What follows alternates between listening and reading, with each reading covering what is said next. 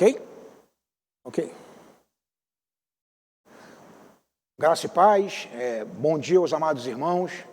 Estamos aqui, bem dizer, na nossa última aula do livro de Apocalipse, nessa série que nós iniciamos há 11 semanas atrás.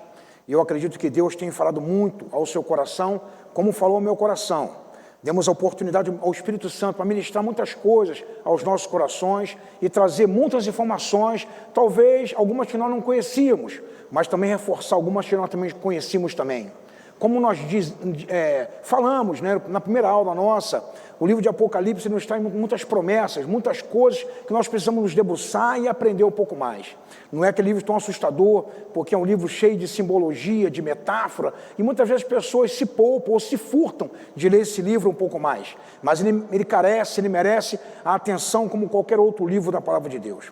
E no final, meus amados, dessa série de estudo, eu queria abordar nessa aula de hoje a temática sobre a Nova Jerusalém, a cidade santa, o novo céu, nova terra e também o cumprimento da promessa.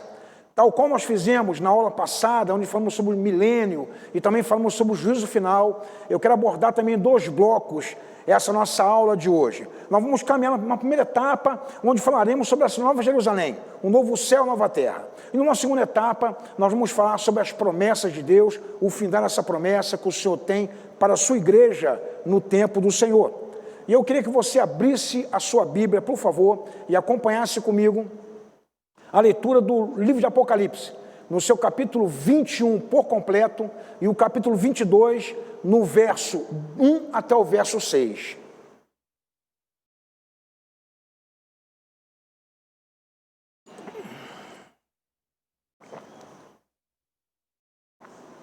Diz assim a palavra, meus amados: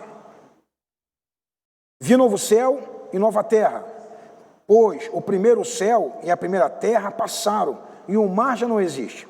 Vi também a cidade santa, a Nova Jerusalém, que descia do céu, da parte de Deus, ataviada como noiva adornada para o seu esposo. Então ouvi grande voz vindo do trono, dizendo: eis o tabernáculo de Deus com os homens. Deus habitará com eles. Eles serão povos de Deus, e Deus mesmo estará com ele. Ele enxugará dos olhos toda lágrima, e a morte já não existirá. Já não haverá luto, nem pranto, nem dor, porque as primeiras coisas passaram. Versículo 5. E aquele que está sentado no trono disse: eis que faço nova todas as coisas. E acrescentou: escreve, porque estas palavras são fiéis e verdadeiras. Disse-me ainda: tudo está feito. Eu sou Alfa e o Ômega, o princípio e o fim. Eu, a quem tem sede, darei a graça da fonte da água da vida. O vencedor herdará essas coisas, e eu lhe serei Deus, e ele me será filho. Quanto, porém, aos covardes, aos incrédulos, aos abomináveis, aos assassinos, aos impuros, aos feiticeiros, aos idólatras e a todos os mentirosos, a parte que lhe cabe será o lago que arde com fogo e enxofre, a saber, a segunda morte. Versículo 9.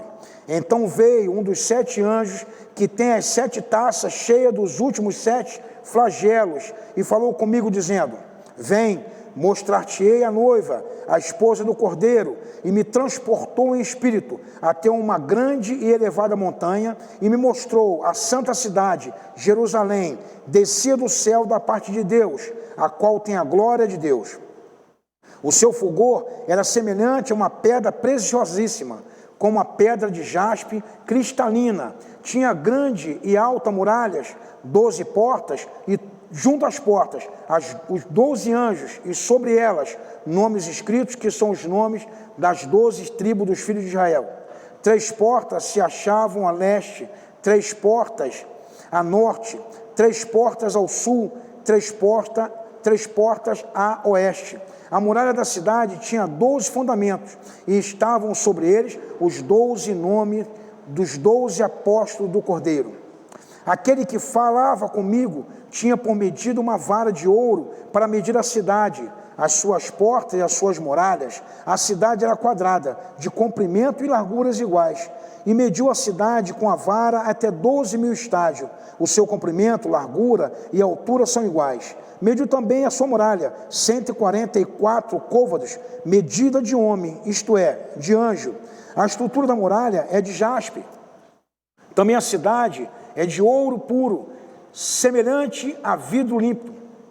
Os fundamentos da muralha da cidade estão adornados de toda espécie de pedra preciosa. O primeiro fundamento é de jaspe, o segundo de safira, o terceiro de calcedônia, o quarto de esmeralda, o quinto de sardônio, o sexto de sárdio, o sétimo de crisólito, o oitavo de berito, o nono de topázio, o 10º de crisópraso, o 10º de jacinto e o 12º de ametista.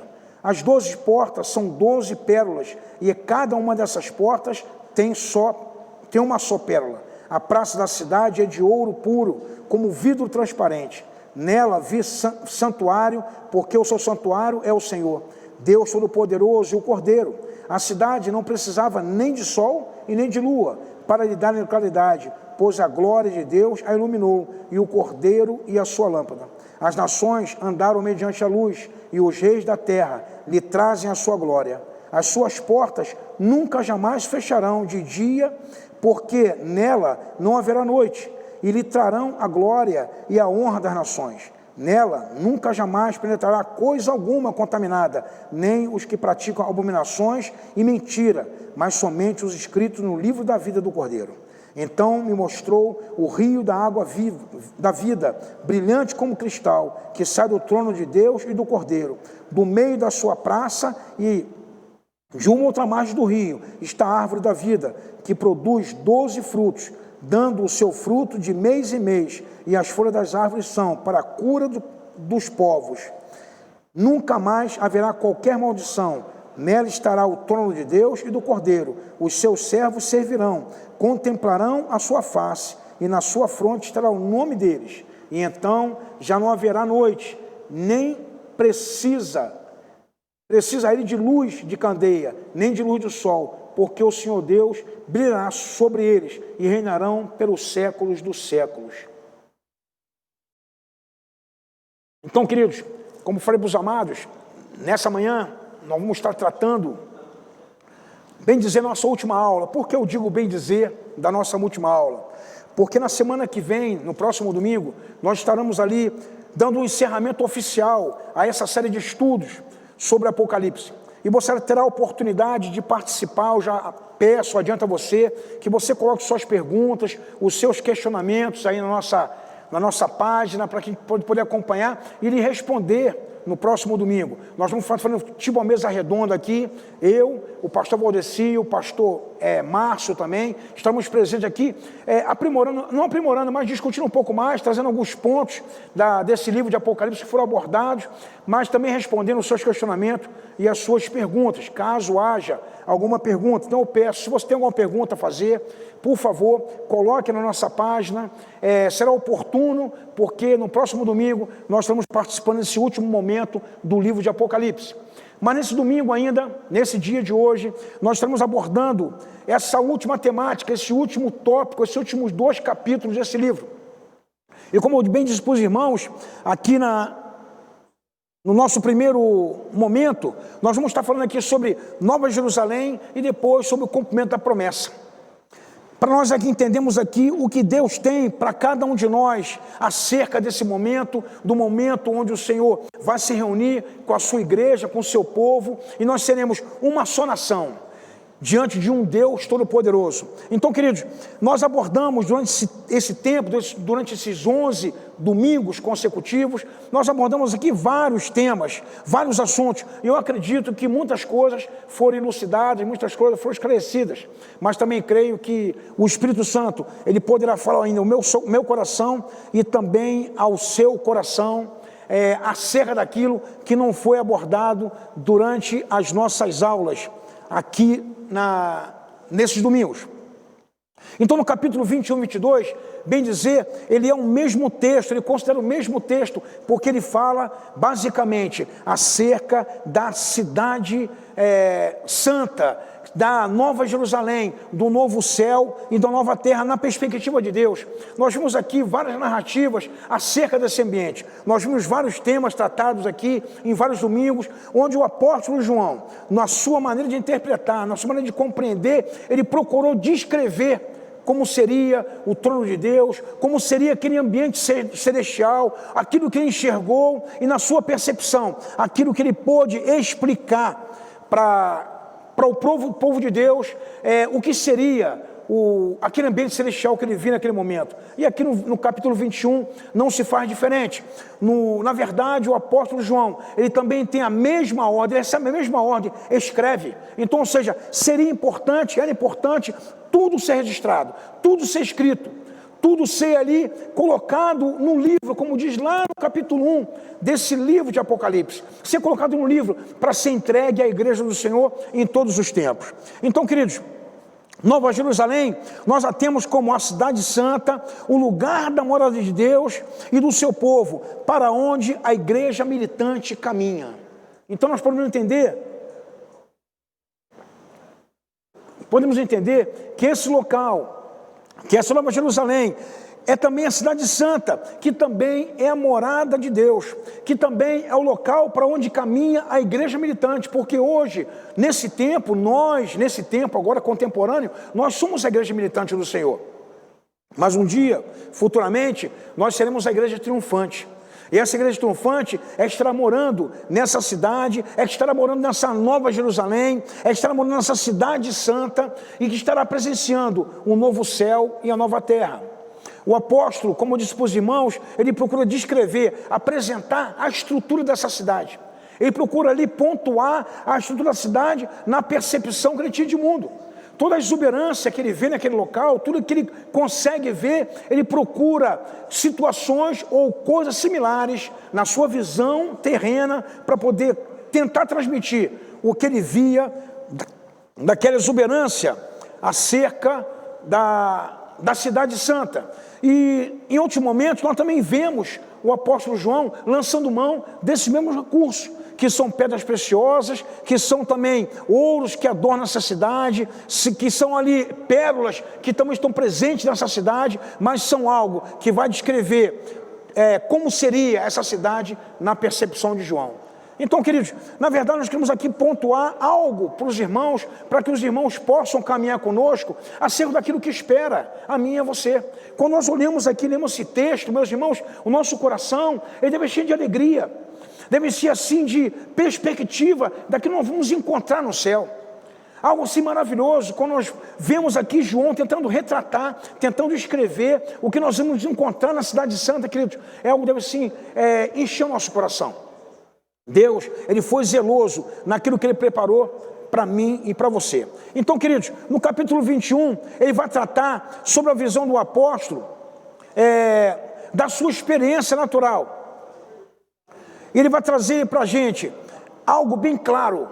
E é interessante, meus amados, como falei para os irmãos, ele vai ter uma ordem expressa, uma ordem clara, como ele teve lá no capítulo 1, de escrever, de registrar tudo aquilo que precisava ser traduzido para as próximas igrejas, para os próximos tempos, para as próximas gerações. Então, meus amados, o que João faz aqui, tão somente, é cumprir uma ordem expressa de Deus, para que ele pudesse estar registrando tudo aquilo que ele estava vendo naquele momento. E, queridos, João vai procurar pontuar acerca do novo céu e da nova terra. No primeiro ponto que eu quero falar para os irmãos aqui, que eu quero tratar com os irmãos, e eu quero afirmar com os irmãos, que o céu trata-se de um lugar. Então, queridos, o céu, ele é um lugar. Nós podemos chamar o céu de morada de Deus, habitação de Deus. Nós podemos ver o céu como um lugar onde a igreja vai se reunir com Deus Todo-Poderoso. Então eu quero afirmar para os irmãos, assim à luz da palavra, aquilo que tem dito aqui no próprio capítulo 21 de Apocalipse, que o céu, ele é um lugar. Jesus, quando fala ali narrativa de Jesus, lá no Evangelho de João, no capítulo 14, no versículo 1 e 2, quando ele fala aos seus discípulos, já no próximo, já no momento que se avizinhava a sua entrega na cruz do Calvário, para poder trazer paz ao coração dos seus discípulos, ele fala para que os seus discípulos não tenham medo, que os seus corações não se turbem, mas creiam nele e creiam em Deus também. Ele afirma que há uma morada, que há um local ao qual Deus preparou bem antes da fundação do mundo. Uma morada, meus amados, que aonde ele iria preparar lugar, para onde ele estivesse, os seus discípulos também estivessem com ele. Queridos, e isso aí se estende a toda a sua igreja. Isso se estende hoje, nesse tempo, a mim e a você. Isso, ele é uma afirmação para toda a igreja do Senhor, de geração em geração. Então, eu quero afirmar no seu coração nessa manhã, que o céu, ele é um lugar. O céu, meus amados, não é um estado de espírito. O céu não é um estado de espírito. O céu também, meus amados, não é um local de transição das almas, onde as almas vão para lá, passam um tempo e daqui a pouco elas reencarnam em outra pessoa, em outro corpo. O céu também, meus amados, não é um lugar de purificação. Então eu quero tirar qualquer visão que haja distorcida acerca do céu, mas o céu é tão somente um lugar de morada de Deus, onde Deus ele vai se reunir com o seu próprio povo, onde Deus ele vai estar ali presente junto com o seu próprio povo. Ele traz, meus amados, algumas características que nós podemos pensar nessa manhã. A primeira delas, ele fala que o céu é um lugar de santidade.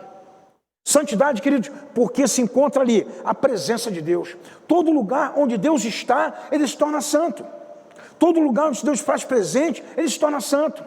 Eu quero me lembrar do episódio onde temos ali Moisés num deserto, num local, talvez que ele frequentasse de maneira costumeira o Monte Sinai.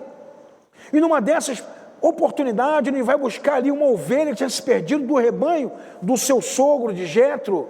Ele encontra uma sarça ardente, uma sarça que queimava e não se consumia. E uma voz era essa sarça e fala assim: Moisés, tira as sandálias dos teus pés, porque o lugar que você pisa é santo. Aquele lugar é um lugar comum, mas tão somente a presença de Deus, ele tornava aquele lugar santo. Então, queridos, o novo céu, a nova terra, a cidade de Jerusalém, a cidade santa, ela se torna santa por conta da presença de Deus. Um detalhe, uma outra característica que tem esse local, é uma beleza exuberante. Ou seja, tudo aquilo que nós encontramos naquele local ali, queridos, é o que saltou os olhos do apóstolo João. É o que despertou ali no seu coração uma dimensão tão grande que fugia ao seu controle de registro. Então ele procura lançar mão de tudo aquilo que pudesse representar o que ele estava vendo naquele momento. Tamanha era a exuberância. Então, ou seja, há uma beleza exuberante no céu. Uma outra coisa eu quero colocar no seu coração: esse ambiente é um ambiente celestial. Nós vamos mais uma vez ver aqui a presença do Deus Todo-Poderoso. Nós vamos ver a presença do Cordeiro, que nós sabemos muito bem a quem se refere o Cordeiro. Nós vamos também ver mais uma vez a presença de anjos nesse local. Então, queridos, é um ambiente que ele é celestial. É um ambiente, meus amados, que ele fala desse ambiente, que é um ambiente celestial, é um ambiente ali que ele é santo, é um ambiente de beleza exuberante. Só uma descrição nós podemos pontuar nesse texto que nós lemos aqui. Interessante, queridos, que ele vai falar para mim e para você, nessa manhã, através desse texto, que ele é um texto que fala sobre restauração. Desde o início desse livro, nós temos abordado,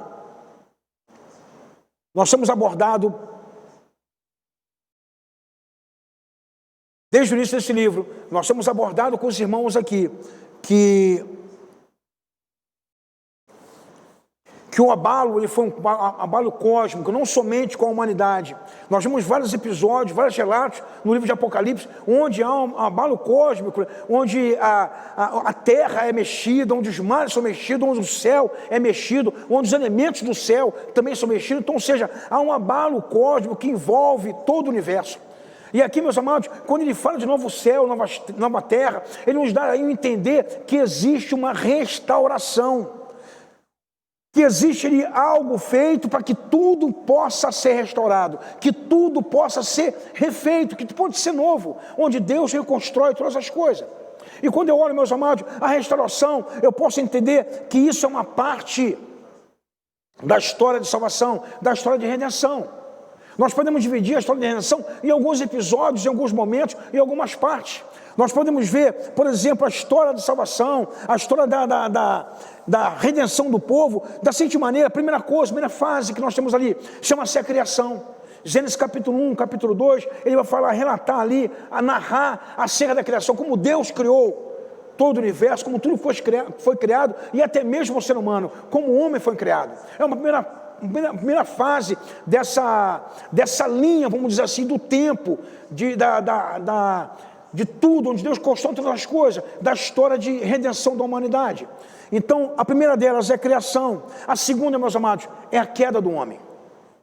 No livro de Gênesis ainda, capítulo 3, Deus vai falar acerca da queda do homem, onde o homem tem a queda, onde ele permite, através da sua atitude, que o pecado ele entre dentro da humanidade, que ele entre dentro do mundo, e isso ele vai desfigurar toda a criação de Deus, ele vai mexer com toda a criação, ele vai mexer com tudo, meus amados. Nós vamos ver um pouquinho na frente alguns textos que nos falam acerca disso. Então, ou seja, quando o pecado entra, ele vai desfigurar todas as coisas. Ele vai ali trazer a caricatura sobre tudo que Deus criou, principalmente na imagem e semelhança de Deus. Uma outra fase que nós podemos ver ali é a própria redenção do homem, onde Deus, no seu plano, Deus na sua onisciência, ele já tinha um plano, aonde ele ia ali redimir o homem, aonde ele ia ali pagar um preço, um alto preço, pela remissão de toda a humanidade, onde o homem seria ali redimido dos seus pecados. E uma última fase que nós podemos ver é a restauração, que é falada aqui no texto de Apocalipse capítulo 21. Então, ou seja, nós podemos ver ali do tempo onde é faseado cada momento, onde temos a criação, onde nós temos a queda, onde nós temos a redenção da humanidade e onde nós temos por fim a restauração. E esse capítulo 21, ele vai falar justamente sobre isso. Ele vai falar acerca de um novo céu e uma nova terra, onde Deus ele restaura todas as coisas, tudo é feito novamente. Tudo ali é reconstruído, tudo é trazido de novo, de outra forma, queridos, e no potencial muito maior, de maneira muito mais elevada. Se nós olharmos aí, por exemplo, a palavra de Deus, lá em Gênesis, onde Deus cria todas as coisas, e nós vemos ali o Gênesis, nós vemos ali o Jardim do Éden, nós vemos a presença de Deus naquele lugar, aquele lugar sendo santo, porque Deus faz presente, o diálogo de Deus com o homem Adão. Se vemos tudo isso como algo maravilhoso, nós podemos ver muito mais no novo céu, na nova terra, onde Deus vai restaurar todas as coisas. E nós, a igreja do Senhor, o povo de Deus, não vai estar excluído desse projeto, não está longe desse projeto. Mas, meus amados, ele não vai somente abordar, no capítulo 21, acerca dessa restauração. Nós podemos ver em outros textos algo relacionado também a esse novo céu e a nova terra.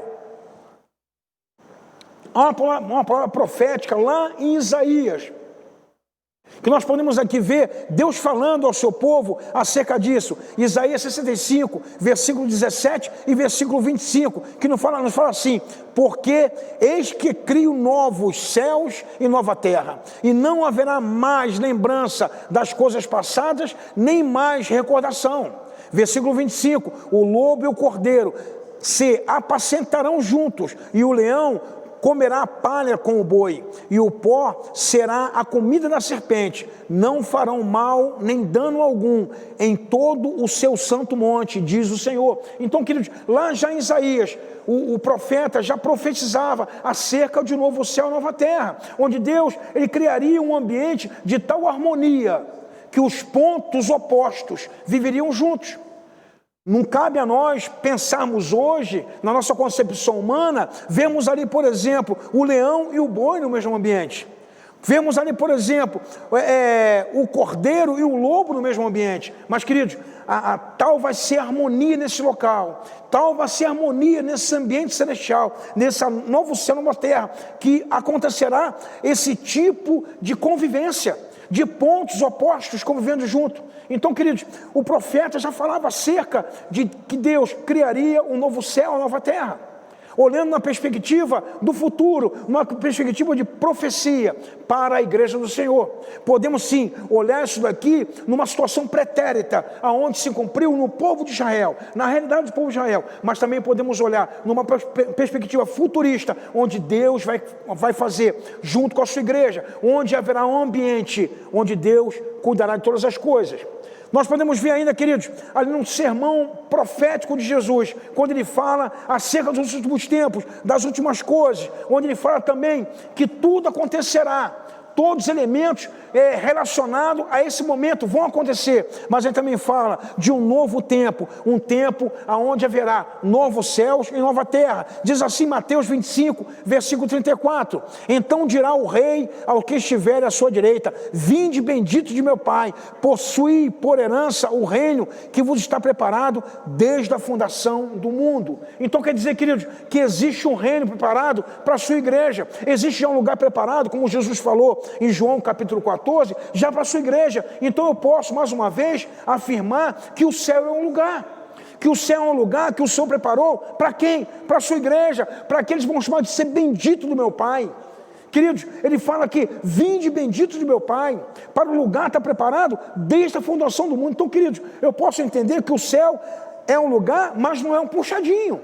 Deus não fez um puxadinho para que possa servir de céu, de maneira nenhuma. Embora nós encontremos aqui dimensões, aqui no texto que nós lemos, isso não quer dizer que Deus está estabelecendo um limite para esse local. Mas aqui nós podemos entender que não é algo literal, ele pode ser simbólico.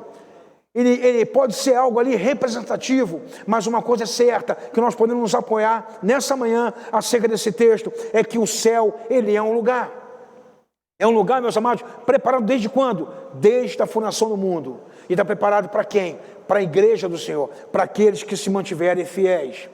Podemos ainda ver, meus amados, em Romanos capítulo 8, versículo 18 até o 23. Então, ou seja, como eu disse para os irmãos, quando o pecado entra no mundo, ele mexe com todo o cosmos.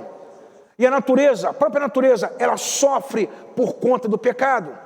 Talvez a natureza, ela sendo ali algo inanimado nesse ambiente da criação, mas mesmo assim, ela sofre por conta do pecado. Então diz assim em Romanos, capítulo 8, do versículo 18 até o versículo 23, porque para mim tenho por certo que as aflições deste tempo presente não são para comparar com a glória em que nós há de ser revelada, porque a ardente expectação na criatura espera a manifestação dos filhos de Deus, porque a criação ficou sujeita à vaidade, não por sua vontade, mas por causa do que a sujeitou, na esperança de que também a mesma criatura será libertada da servidão à corrupção, para a liberdade da glória dos filhos de Deus, porque sabemos que toda a criação geme e está juntamente com as dores de parto até agora, e não só ela, mas nós também. Nós mesmos, que temos a primícia do Espírito, também gememos em nós mesmos, esperamos a adoção, a saber, a redenção do nosso corpo. Então quer dizer, meus amados, que a criação, ela também geme. E tudo que nós passamos hoje não é para ser comparado à glória futura. Quem diz isso? Ao apóstolo Paulo. A quem? A igreja de Roma. A igreja de Roma ela recebe essa mensagem do apóstolo Paulo. Nós temos que entender, meu querido, que a igreja primitiva, ela passou por lutas, por dificuldades. E Paulo está dizendo aqui que a igreja ela pode ter esperança. Ela pode ter esperança, porque há um projeto de Deus totalmente concluído, totalmente feito, e esse projeto contempla também um novo céu e uma nova terra. E queridos, essa natureza, ela vai ser totalmente redimida, toda a natureza. Então, ou seja, toda a natureza, ela vai cessar o seu gemido, o seu sofrimento, inclusive nós mesmos. Então, ou seja, Paulo traz um alento ao coração da igreja. Qual igreja? Toda a igreja que lê essa carta, toda a igreja tem acesso a essa mensagem, ela pode ter um alento no seu coração, porque há algo grandioso a esperando. Quando nós vemos, por exemplo, lá em 1 Coríntios, capítulo 2, versículo 9, Paulo vai dizer que nem o olho viu, nenhum ouvido ouviu, e nem subiu ao coração do homem aquilo que Deus tem preparado. Então, meus amados, é a visão do apóstolo Paulo. Então, ou seja, o apóstolo Paulo, ele vai corroborar aquilo que João fala mais tarde.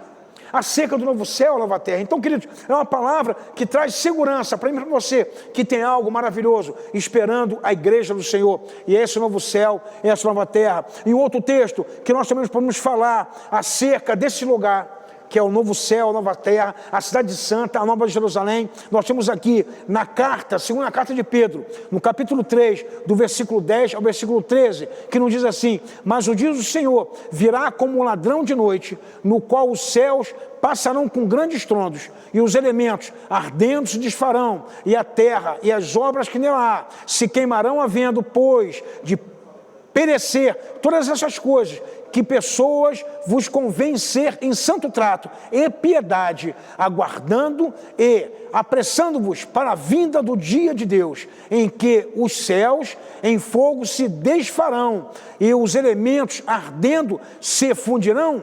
Mas nós, segundo a sua promessa, aguardamos novos céus e nova terra, em que habita a justiça de Deus. Então, queridos, Pedro também, o apóstolo Pedro, ele vai falar acerca desse novo céu e nova terra, precedido por quê? Cataclisma, precedido por quê? Por calamidade. Mas, querido, ele traz ali algo que traz alento ao coração da igreja. Ele traz uma palavra que traz segurança ao coração da igreja. Então, queridos, esse céu, nova terra que a Bíblia nos fala, que o Apocalipse nos fala, é algo que pode trazer esperança para mim e para você.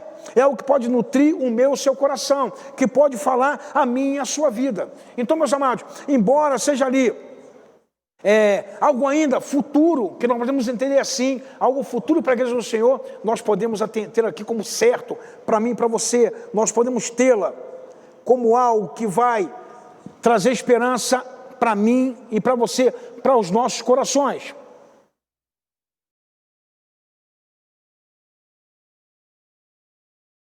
Outra característica que nós podemos ver, meus amados, enxergar nesse texto, nós vemos aqui em Apocalipse, capítulo 21, podemos ver ali que existe ali um tabernáculo. Então, ou seja, ele fala do tabernáculo e ele fala do templo. O que é o tabernáculo e o que é o templo? O que nós podemos entender como tabernáculo e como templo? Então, ou seja, tabernáculo e templo, eles vão representar a presença de Deus. Quando nós olhamos, por exemplo, lá para o povo de Israel, lá no deserto ainda, onde ele foi chamado a construir o tabernáculo, ele sempre representou o local da morada de Deus, ele sempre representou o local onde Deus se fará presente, e o templo não é diferente. Então, ou seja, o templo ele vem substituir o tabernáculo, e o templo também vai representar a presença de Deus. E uma coisa interessante, queridos, que fala ainda acerca desse local celestial. Ele fala que ali vai cessar todo e qualquer sofrimento. Ele fala ali que ali não haverá mais dor, não haverá mais sofrimento, ou seja, não haverá mais choro, não haverá mais morte. Por quê? Porque tudo já se passou, porque as primeiras coisas já se passaram, porque tudo já acabou. Quer dizer que é um outro momento para a igreja, é um outro tempo para a igreja. Então, queridos, são características que nós podemos observar nesse local. Nós características podemos levantar também acerca desse novo céu e nova terra. Então, ou seja, é um local onde não haverá dor, onde não haverá ali sofrimento, onde não haverá mais choro, não haverá mais lamento, não haverá mais morte. Queridos, a presença de Deus, ela vai suprir todos, em tudo que for necessário. Você pode ter essa paz no seu coração, você pode ter certeza no seu coração. E outra coisa interessante, meus amados, que nós podemos ali identificar, nesse momento de João, que João, ele ouve uma voz. Olha o que diz aqui, meus amados, no livro de Apocalipse, capítulo 21, verso 3 e 4, diz assim: e ouvi uma grande voz do céu que dizia: eis aqui o tabernáculo de Deus com os homens, pois com eles habitará, e eles serão o seu povo, e o mesmo Deus estará com ele, e será o seu Deus, e Deus limpará de seus olhos toda lágrima, e não haverá mais morte, nem pranto, nem clamor, nem dor, porque já as primeiras coisas se passaram. O que o apóstolo João ouve, meus irmãos? Ele ouve uma voz do céu. Interessante, meus amados, que essa voz, ela se identifica. É uma voz, meus amados, que ela é uma voz do alfa e do ômega, do princípio e do fim, aquele que era e que há de vir. Ou seja, é a voz do próprio Deus. Então, ou seja, é Deus, é o Cordeiro falando, é alguém que traz segurança, que traz ali para a gente, para cada um de nós, a segurança, a certeza de que tudo isso ele é verdadeiro. Ele fala que essa promessa, ela é verdadeira, que essa palavra, ela é verdadeira, ela é confiável, essa palavra.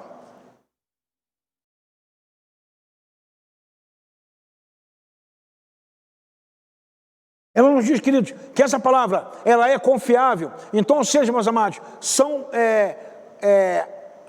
características que nós encontramos nesse ambiente celestial, naquilo que Deus tinha preparado para a sua igreja, naquilo que o Senhor tem reservado para a sua igreja. Também é feito algumas exigências acerca daqueles que possuirão a terra e aqueles que ficarão de fora desse novo céu e dessa nova terra. Olha o que nos diz aqui, queridos. Apocalipse 21, versículo 8, fala assim: mas quanto aos tímidos e aos incrédulos e aos abomináveis, aos homicidas e aos que se prostituem, aos feiticeiros, aos idólatras e a todos os mentirosos, a sua parte será o lago que arde com fogo e enxofre, o que é a segunda morte. Então, ou seja, também existe uma exigência. Muitas pessoas, infelizmente, no tempo de hoje, não acreditam mais no inferno. Muitas pessoas não acreditam mais no pecado. Muitas pessoas não acreditam mais na justiça de Deus. Não, Deus é bom. Deus pode vir de qualquer maneira. No final, como diz a expressão popular, tudo vai dar certo. Se não deu certo, é porque não chegou no final ainda. Queridos, lê do engano. Lê do engano.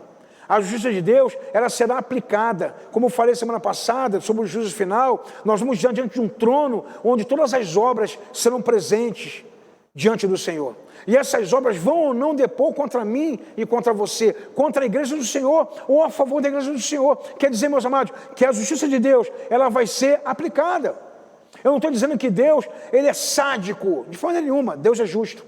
Há uma diferença nisso, meus amados. Deus vai conferir a cada um a sua justiça, e aqueles que se encontram enquadrados nessas exigências, aqueles que se encontram fora, melhor dizendo, das exigências, hão de ficar fora, a parte daquilo que Deus tem para a sua igreja. Como diz aqui no finalzinho do versículo 8, ele vai ser colocado no lago de enxofre e fogo, que é chamado da segunda morte. Então, queridos, haverá uma justiça, e Deus, ele vai aplicar a sua justiça sobre todos aqueles que vão estar diante do seu tribunal.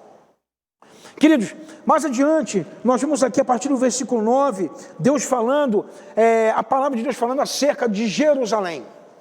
A Nova Jerusalém.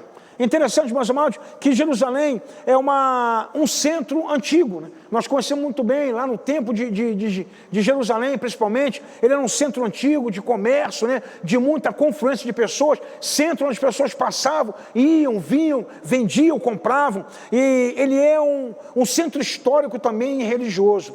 São cidades, meus amados, sagradas para os judeus, para os muçulmanos e para os cristãos. E quando nós olhamos aí o significado de Jerusalém, ele quer dizer, meus amados, que ele significa tanto temor de Deus, como também significa perfeição. Então Jerusalém, como nós vemos ali de maneira etimológica, Jerusalém quer dizer temor de Deus e também perfeição. Então, ou seja, aquilo que nos espera, queridos, o local que nos espera é uma cidade onde tem esse temor de Deus, onde se fala santo, santo, santo ao Senhor, santo, santo é o Senhor dos exércitos, onde Deus é adorado, onde Deus é reverenciado, mas onde tudo é perfeito.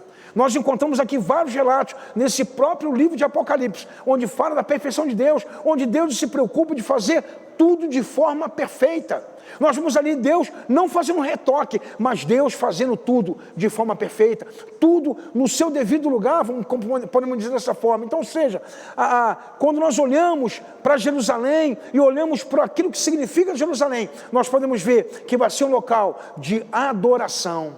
Queridos, temor não é medo. Medo nos afasta de Deus. Quando Adão, ele ouve a voz de Deus, ele tem medo. Por isso, ele se esconde. Mas o temor de Deus, ele nos aproxima de Deus. Ele nos leva até a Deus. Então, ou seja, um local onde há temor de Deus, quer dizer que existe uma igreja na presença de Deus, adorando a Deus. Qual Deus? O Deus perfeito. Então, ou seja, meus amados, também será local de perfeição. Local onde a igreja, ela vai se prostrar. Onde estará ali presente a igreja do Senhor.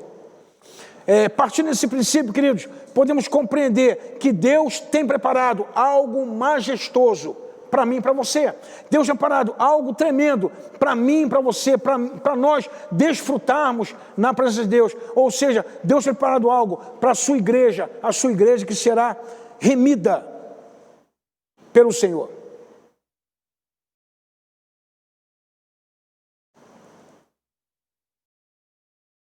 Olha o que fala aqui, meus amados, Apocalipse, capítulo 21, verso 9 e 10, fala assim: e veio a mim um dos 7 anjos que tinham as 7 taças cheias das últimas 7 pragas, e falou comigo dizendo: vem, mostrar-te-ei a esposa, a mulher do Cordeiro. E levou-me em espírito a um grande alto monte, e mostrou-me a grande cidade, Santa Jerusalém, que de Deus descia do céu. Então, ou seja, meus amados, é uma cidade onde Deus tem preparado para o seu povo, para a sua igreja, e tem preparado também para o povo de Deus. Nós podemos ver isso daí bem claro no texto, onde ele fala da descrição desse local. Quando ele fala acerca desse local, ele fala do seu povo e também da sua igreja. João tem uma visão dessa cidade que desce da parte do próprio Deus. Ela possuía a própria glória de Deus, com a descrição de estrutura semelhante à construção do tabernáculo. Nós vimos isso lá, já em Êxodo, quando ele fala a construção do tabernáculo. E como seria esse tabernáculo? Como seriam as portas, as 4 portas que estão posicionadas nesse tabernáculo, cada uma delas representando 3 tribos do povo de Israel.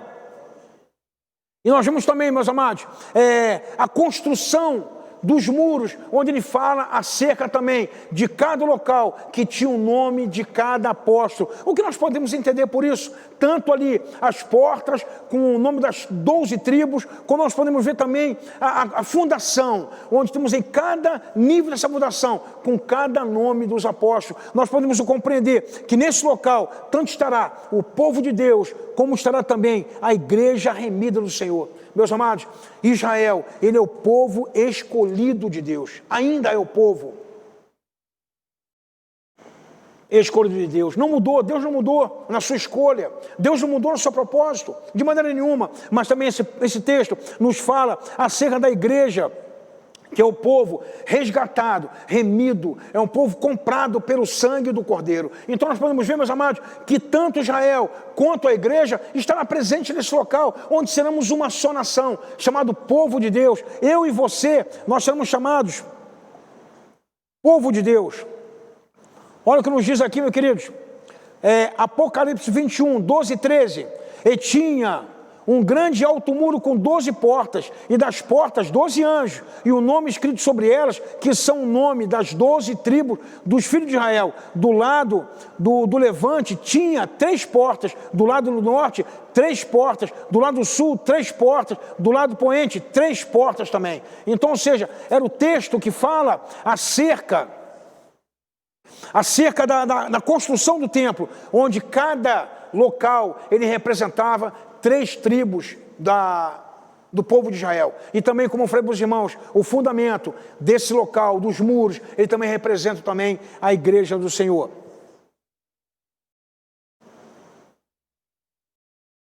Interessante, queridos, que no final ali desse texto que nós lemos aqui, Apocalipse, capítulo 22 já, ele fala acerca de descrição de elementos que vão trazer alusão ao Jardim do Éden. Ele fala sobre intimidade com Deus, abundância de bênção, ou seja, algo que nos leva ali, nos reporta ao Jardim do Éden, mas também ele se preocupa com a restauração, uma restauração inquebrável entre Deus e os seres humanos, aonde fala também sobre o rio da água viva que sai do trono de Deus, da árvore da vida, do outro lado do rio, e não haverá qualquer maldição. Se nós olharmos, por exemplo, lá no Jardim do Éden, naquele tempo onde Adão, onde Eva pecaram, quando Deus os expulsa do Jardim do Éden, Deus lança ali uma palavra de maldição sobre eles. Deus fala que sobre o seu suor viria ali o seu pão, o seu sustento,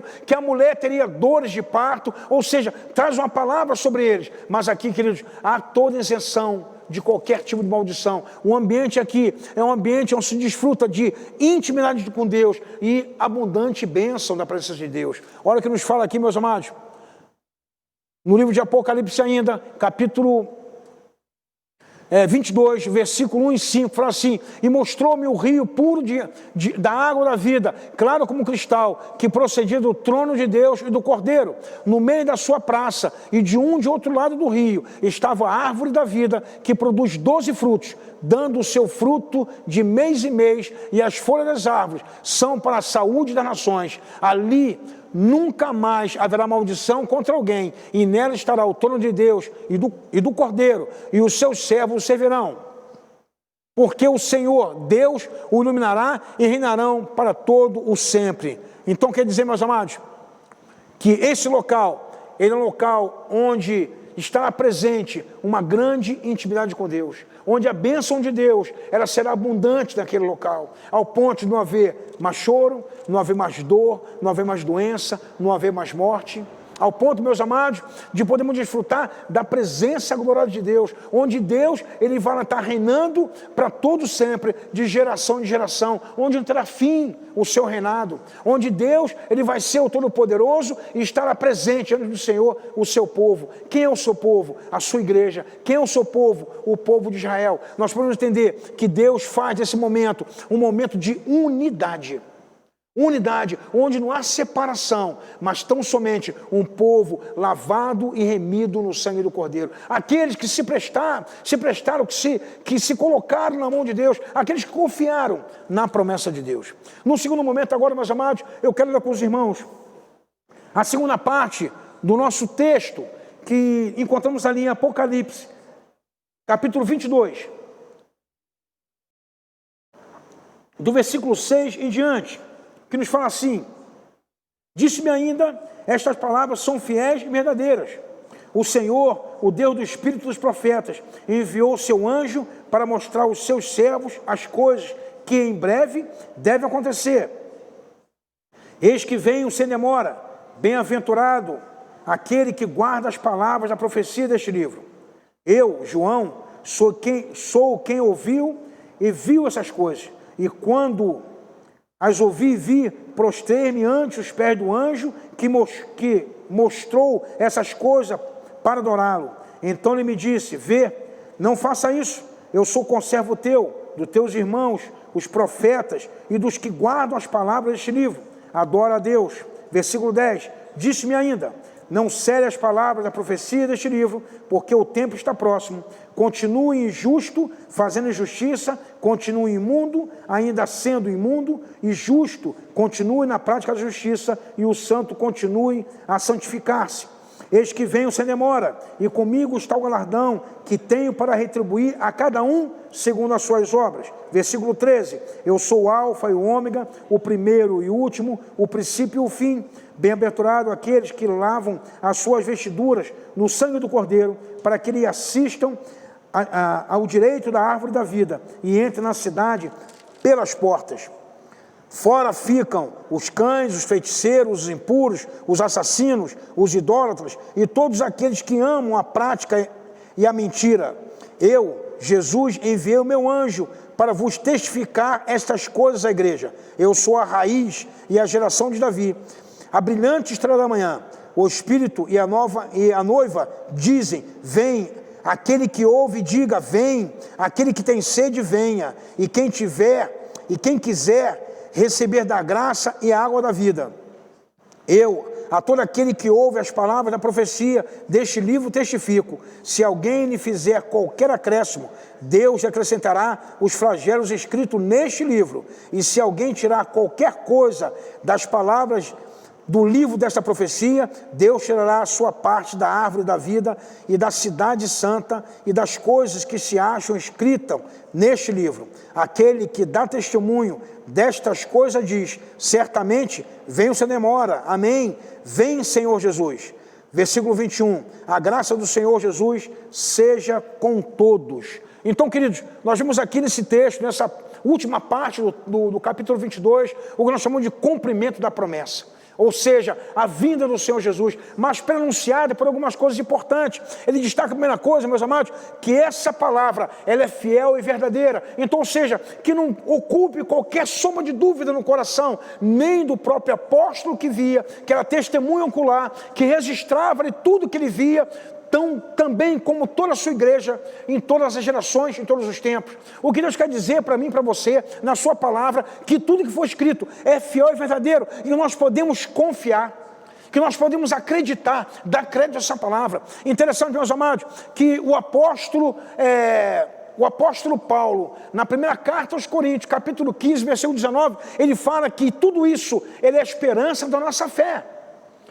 Aquilo que nós esperamos com promessa do Senhor é a esperança da nossa fé. Aquilo que nós esperamos no Senhor, no porvir, é a esperança da nossa fé. Ele fala que se nós esperarmos somente nesse tempo, nós somos chamados de mais miseráveis de todos os homens. Então, queridos, a nossa fé, ela transcende a nossa capacidade de compreensão. A nossa fé, ela transcende a nossa existência temporal, corporal. Então, ou seja, o que Deus tem para nós, ele transcende esse tempo cronos que nós podemos chamar. Ele está dentro do tempo kairos que Deus tem, que é o que rege todo o tempo, até mesmo o tempo cronos. Então, queridos, é uma palavra fiel que nós podemos crer. Interessante, meus amados, que esse texto aqui, finalzinho, que nós vemos, ele fala 3 vezes, eis que venho sem demora. Ou seja, há uma afirmação que nós precisamos esperar. Queridos, ele não fala de tempo de espera, mas ele fala de confiança. Ele fala de continuar crendo, ainda que porventura achemos que o tempo demora. Mas ele fala, eis que venho sem demora. O que nós precisamos fazer, tão somente, é permanecermos fiéis à palavra de Deus. Permanecemos crendo naquilo que Deus tem prometido à sua igreja, que Deus não muda, como diz a sua palavra, em Deus não há mudança, nem soma de variação. Tiago fala isso na sua carta. Então, ou seja, Deus ele é fiel, tudo que ele cumpriu, tudo que ele prometeu, ele vai cumprir, e nós podemos crer nisso, nós podemos acreditar nisso. Então, queridos, há 3 vezes essa citação, que nós podemos crer, porque ele vem sem demora, no tempo dele, para a sua igreja. Uma outra coisa interessante, podemos destacar aqui, queridos, é que há uma advertência contra a idolatria. Então, ou seja, João, ele vê um anjo falando com ele, ele prontamente se prostra diante desse anjo. E esse anjo o levanta e diz assim, não faça tal coisa, porque eu sou conservo teu. O que é conservo, meus irmãos? É aquele que colabora, aquele que contribui, aquele que coopera. Lá em Hebreus, capítulo 1, versículo 14, ele chama um anjo de ministradores enviados para servir em benefício dos que herdarão a salvação. Então, queridos, é ali quebrado qualquer possibilidade de idolatria. Embora João visse aquele ambiente celestial de tanta exuberância, tantos seres angelicais, celestiais naquele local, só quem merecia toda e qualquer adoração era o próprio Deus. E o próprio anjo fala, adore somente a Deus. Então, queridos, nós podemos crer que somente nosso Deus, ele é digno de adoração. É quebrado toda e qualquer possibilidade de idolatria. E o anjo, ele mesmo adverte a João acerca disso. Há um chamado de arrependimento. Interessante, queridos, que esse texto aqui que nós lemos, aqui no finalzinho do versículo 10, ele fala daqueles que são injustos, que pratiquem mais injustiça. Aqueles que são, por acaso, justos, que pratiquem mais justiça. Quer dizer o seguinte, queridos, se posicione, mas o que Deus quer da sua igreja, o que Deus quer de cada um que Ele criou, é que tenha um caminho de justiça. Para quê, queridos? Para que possamos ser dignos de sermos olhados naquele que lavaram as suas vestes no sangue do Cordeiro, aquele que pode apresentar as suas obras que vão ali, está colocando diante do Senhor, obras, produtos da nossa fé, não que obra que produz salvação. Podemos fazer essa distinção, a obra não produz salvação, mas a obra é produto da minha fé. Por crer eu faço, por crer eu executo. É essa maneira que eu tenho que encarar essa dicotomia da fé e da obra. Porque, queridos, quando eu escalono e quando eu coloco em valores invertidos, eu posso cometer o erro de colocar como precedência sobre a fé a minha obra. E não, queridos, o que nos salva é a fé. Efésios capítulo 2, versículo 8, ele fala que nós somos salvos pela fé, não mediante obras, mas pela fé. E a fé não provém de cada um de nós, a fé provém do próprio Deus. Então, queridos, ele fala do chamado ao arrependimento, a lavar suas vestes no sangue do Cordeiro. É necessário, meus amados, entendermos sobre isso. E mais uma vez, ele faz ali uma reafirmação de uma lista daqueles que ficarão fora do reino de Deus. Então ele fala ali dos cães, dos feiticeiros, dos impuros, os assassinos, os idólatras, aqueles que praticam e que amam a mentira. A Bíblia fala, meus amados, lá em João capítulo 8, que o pai da mentira é o próprio diabo, é o próprio Satanás. E todos aqueles que praticam a mentira se tornam filhos do diabo. Então, queridos, aqueles que praticam, aqueles que amam a mentira, aqueles que praticam a mentira de maneira diligente, praticar a mente por mentir. Então, ou seja, esses são aqueles que ficarão fora, que perderão a parte no livro da vida, a parte da árvore da vida. Então, ou seja, aqueles que ficarão fora desse propósito de Deus. E por fim, queridos, Jesus se identifica também tal qual foi no capítulo 1. Se nós olharmos no capítulo 1 de Apocalipse, quando começa a falar com João, Jesus se identifica a João. Ele fala sobre quem ele é, que ele é o alfa, o ômega, e aqui Jesus fala mais uma vez que ele é a raiz de Davi, que ele é aquele que há de vir, aquele que veio, aquele que virá. Então, ou seja, também é o princípio, o fim, ele é o alfa, é o ômega, ele é a raiz de Davi. Então, ou seja, há uma identificação, e ele fala o propósito para o qual ele veio.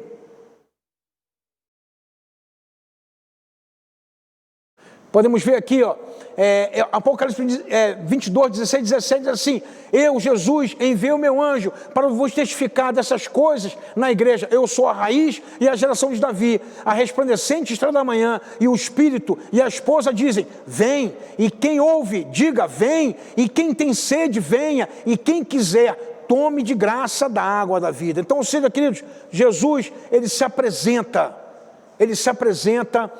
como a raiz de Davi, aquele que haveria de vir, aquele que vai remir a sua igreja.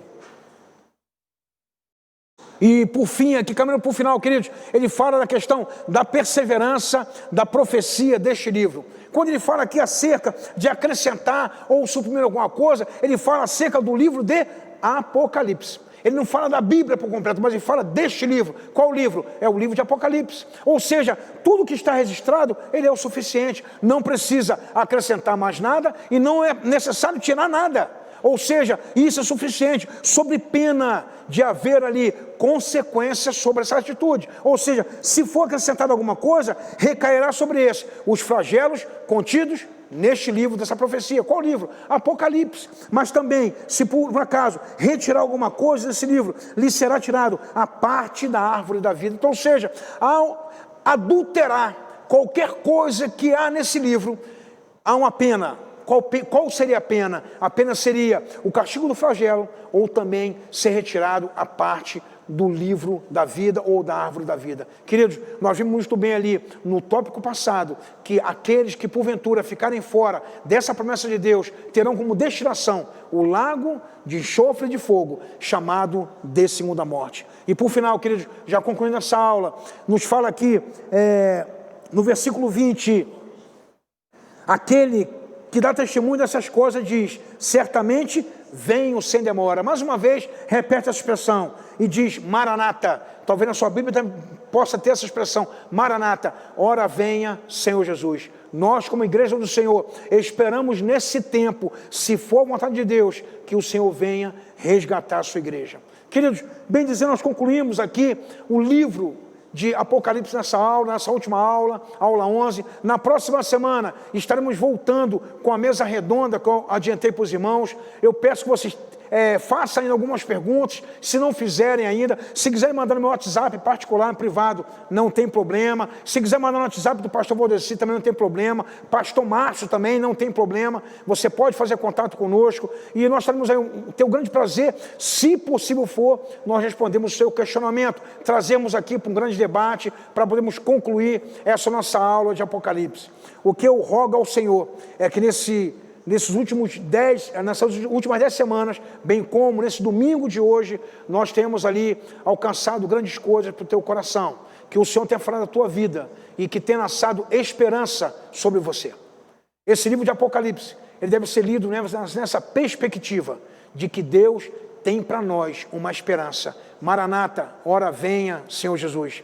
Que Deus te abençoe, que Deus seja com você nessa semana, nesse domingo. Não deixe de comparecer ao nosso culto nessa noite. Se você se enquadra naquelas especificações daqueles que podem vir no culto, como eu falei domingo passado, futuramente, num futuro bem próximo, estaremos todos juntos. O momento está se aproximando, mas por hora nós estamos ainda com público restrito. Se você pode vir, venha preparado. Será o domingo de mãos cheias, e é um tempo que a igreja tem sido ali bênção na vida de pessoas e de família, através da sua oferta, através da sua dedicação, através da sua generosidade. Que Deus te abençoe, que Deus seja contigo, que a graça do Senhor seja sobre a sua família, em nome de Jesus.